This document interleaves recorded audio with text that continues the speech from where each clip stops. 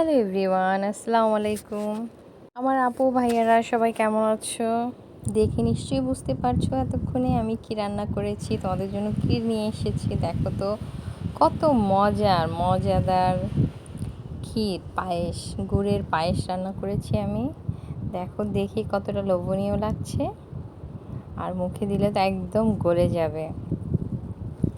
আমি তোমাদের কি নিয়ে যাচ্ছি মূল উপকরণে। দেখো, আমি এখানে প্রথমে 1 লিটার লিকুইড মিল্ক নিয়েছি, 1.5 লিটারের মতো। তারপর চিনি গুঁড়া চাল ধুয়ে আমি মিল্কের সাথে দিয়ে দিয়েছি, লিকুইড মিল্কের সাথে এই যে ভালো করে নিয়ে দিচ্ছি। আমি টোটাল 3 লিটার মানে 3 লিটার দুধ ইউজ করব, liquid milk 3 litre liquid milk দিয়েছি। দেখো এই যে চালটা আমি মিল্কের মধ্যেই সেদ্ধ করেছি, আমি এখানে পানি ইউজ করিনি। পুরো মানে কি বলে, চিনি গুঁড়া চালটা এখানেই সিদ্ধ হয়ে যাবে। সবসময় একটু পরে পরে নেড়ে দিতে হবে যাতে পাতিলের গায়ে লেগে না যায়। দেখো কতটা সুন্দর লোভনীয় লাগছে দেখতে, একদম ঘন হয়ে যাচ্ছে, চালটা সিদ্ধ হচ্ছে আর মিল্কটা ঘন হয়ে যাচ্ছে। আমি অল্প অল্প করে মিল্ক অ্যাড করছি, যখনই প্রয়োজন হচ্ছে তখনই দিয়ে দিচ্ছি। যে দেখো ফুটে উঠছে, আবার নেড়ে দিচ্ছি। পুরোটা সময় রান্নার সময় তোমার চুলার পাশেই থাকতে হবে এবং বারবার নেড়ে দিতে হবে। ক্ষীর কিন্তু মানে পায়েস যেটা পাতিলের গায়ে লেগে গেলে একটা পোড়া পোড়া গন্ধ আসে, ভালো লাগে না। তোমরা দেখে বুঝতেই পারছো আমরা সবাই কম বেশি ক্ষীর রান্না করি। আমার আম্মুকে দেখেছি সবসময় এইভাবে পায়েস রান্না করতে, অনেক দুধ দিয়ে ঘন করে রান্না করতেন তিনি, ভীষণ মজার হতো। আমি এবার ঘুটনি দিয়ে, ডাল ঘুটনি দিয়ে এটাকে একদম ভালো করে মিক্স করে দিচ্ছি, চালটাকে ভেঙে দিচ্ছি, এতে আরও মজার হবে। দেখো আরও ঘন হয়ে গিয়েছে। আমি একটু পরে পরে এখানে মিল্ক দিয়ে দেবো। এই যে দেখো কতটা ঘন হয়েছে, দেখেই বুঝতে পারছো তোমরা। এই যে এখন দিয়ে দিচ্ছি আমি লবণ, 1/2 টিস্পুনের মতো লবণ দিয়েছি। আমার কাছে লবণ দিলে চিনির ফ্লেভারটা মানে স্বাদটা একটু ঠিক থাকে, ভালো লাগে, তাই দিয়েছি। তোমরা না চাইলে স্কিপ করতে পারো। দেখো এই যে চালটা পুরো ভাঙা হয়ে গিয়েছে, আমি আবার এখানে মিল্ক অ্যাড করে দিচ্ছি। এখানে 1 লিটার মতো মিল্ক দিয়ে দিয়েছি। এই যে দেখো কতটা চালটা সিদ্ধ এসেছে, পাতিলের গায়ে লেগে যাচ্ছে, বারবার নেড়ে দিতে হচ্ছে। আমরা একটু পাতলা পাতলা রাখবো, বেশি ঘন করব না, তারপর এটা কিন্তু ঠান্ডা হলে বেশি ঘন হয়ে যায়। এখন দিয়ে দিচ্ছি এখানে বাদাম, ছিলে রাখা বাদাম দিয়ে দিচ্ছি আমি। আমি কিন্তু বাদামটাকে ভাজিনি, না ভেজেই দিয়ে দিচ্ছি। দেখো এই যে কত সুন্দর ঘন, একদম কি যে লাগছে না, খুব সুন্দর একটা ঘ্রাণ আসছে চিনিগুলো, চালের আর দুধের একটা সংমিশ্রণের ঘ্রাণটা খুব সুন্দর।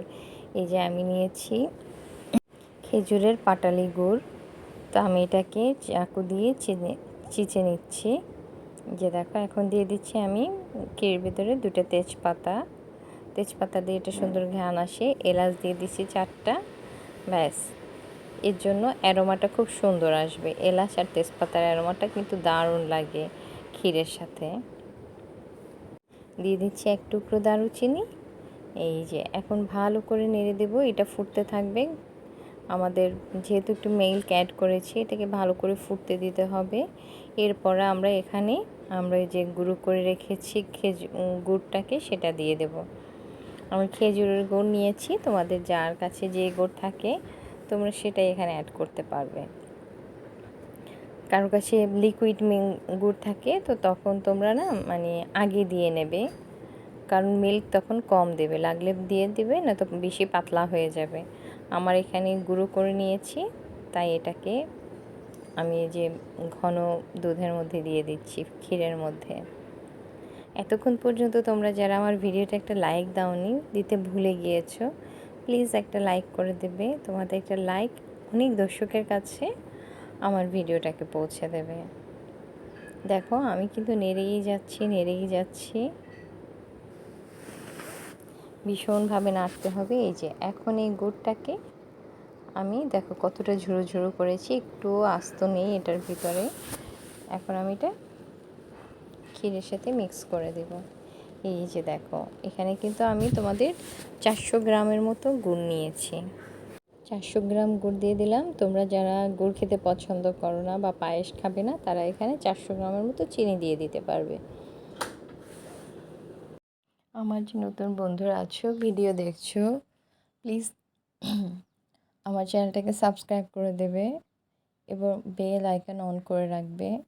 নতুন নতুন ভিডিও আসার সাথে সাথে তোমাদের কাছে পৌঁছে যাবে, তোমরা তোমাদের সময় মতো দেখে নিতে পারবে। আর অবশ্যই লাইক কমেন্টস করবে, লাইক কমেন্টস করে পাশে থাকবে। আমিও তোমাদের পাশে থাকবো সব সময়।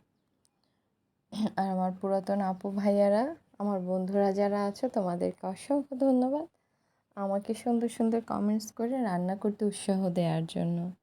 তোমাদের জন্য অনেক অনেক ভালোবাসা ও দোয়া। দেখো আমার ক্ষীর কিন্তু অনেকটা হয়ে এসেছে।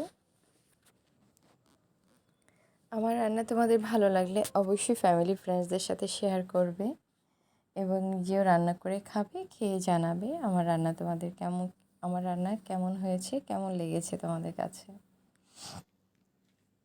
একটা জরুরি টিপস তোমাদেরকে দিচ্ছি, যখন গুড় দেবে একদম ক্ষীরটা যখন হয়ে আসবে, সিদ্ধ হয়ে আসবে, তখন অ্যাড করবে। বেশিক্ষণ জাল করবে না গুড় দেওয়ার পরে, তো ফেটে যেতে পারে। আর আমি গ্যারান্টি দিয়ে বলছি, এটা কখনোই ফাটবে না। আমি যেভাবে রান্না করেছি, আমার প্রসেসটা যদি তোমরা ফলো করো, ফুটে উঠলেই চুলা থেকে আমরা নামিয়ে নেব। ঘি দিয়ে দিয়েছি, তোমরা না চাইলে স্কিপ করতে পারো। এটা বাড়িতে বানানো ঘি, হাতের ঘি, সেজন্য আমি একটু ইউজ করেছি। বাট সুন্দর একটা ঘ্রাণ আসে, উপর থেকে একটু দেখতে মানে খুব স্মুথ লাগে ঘিটা দিলে। এটাতে কোনো স্বাদের হেরফের বা পার্থক্য হয় না। দেখো এখন কন্টিনিউ জোরে জোরে নেড়ে দিতে হবে। খেয়াল রাখতে হবে কোনোরকম হাঁড়ির গায়ে যাতে লেগে না যায়, তাই আমাদের নেড়ে দিতে হবে এবং ফ্লেমটা সবসময় লোতে রাখতে হবে, হাই ফ্লেমে দেওয়া যাবে না। এই যে দেখো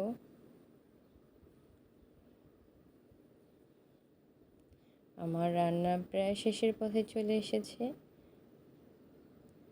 কতটা সুন্দর হয়েছে।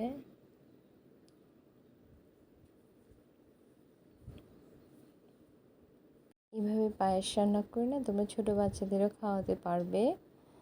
আর বিকেলে নাস্তায় যে কোনো আয়োজনে মেহমান আসলে চটজলদি করে পায়েসটা রান্না করে ফেলা যায়। আমরা বিয়েবাড়ির শাহী ক্ষীর পায়েস যেমন পছন্দ করি, এটা ঠিক তেমন তোমরা অতিথি আপ্যায়নে তৈরি করে নিতে পারবে। আর গুড়ের সিজনে এই পায়েসটা তো অনেক মজার হয়, যখন তখন বানিয়ে ফেলা যায়। খেজুরের গুড়, আখের গুড় দিয়ে এই পায়েস।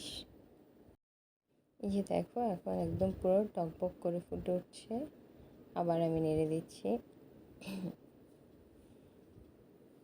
এইভাবে আমাদের পায়েসটা সুন্দরভাবে ঘ্রাণ ছড়াচ্ছে, আমার পুরো বাসা জুড়ে ঘ্রাণে মোমো করছে, এত সুন্দর ঘ্রাণ আসছে। এইভাবে ফুটতে দিতে হবে, তুমি লো ফ্লেমে রাখবে, বাট ফুটতে হবে এভাবে ভালোভাবে।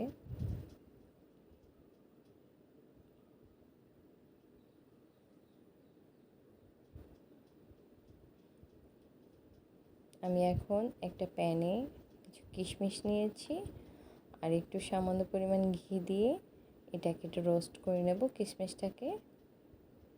কিশমিশটা ভেজে দিলে খুব সুন্দর একটা ঘ্রাণ আসে, আর এগুলো তো একদম অন্যরকম হয়ে যাবে, একদম দেখতেই খুব সুন্দর লাগবে তোমার কিশমিশটা। দেখো ভাজছি, এটাও কিন্তু লো ফ্লেমে করতে হবে, বেশি হিট দিলে তোমার কিশমিশগুলো পুড়ে যাবে। কন্টিনিউ আমি নেড়ে দিচ্ছি।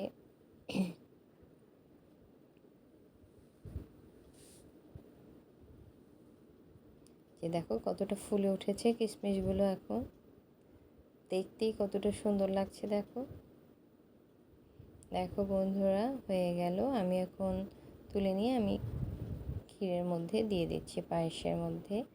এখন এটাকে ভালো করে নেড়ে দিচ্ছি, মিক্স করে দেব।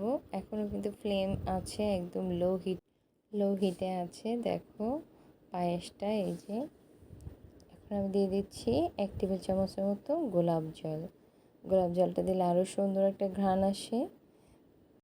আমি এখন সার্ভিং ডিশে তুলে নিচ্ছি। দেখো কতটা ঘন সুন্দর হয়েছে। এটাকে তোমরা কিশমিশ, কাজু বাদাম, পেস্তা বাদাম দিয়ে সার্ভ করতে পারবে। আমার পায়েস কেমন হলো জানাবে। নতুন রেসিপি পর্যন্ত ভালো থাকবে, সুস্থ থাকবে। আল্লাহ হাফেজ, আসসালামু আলাইকুম।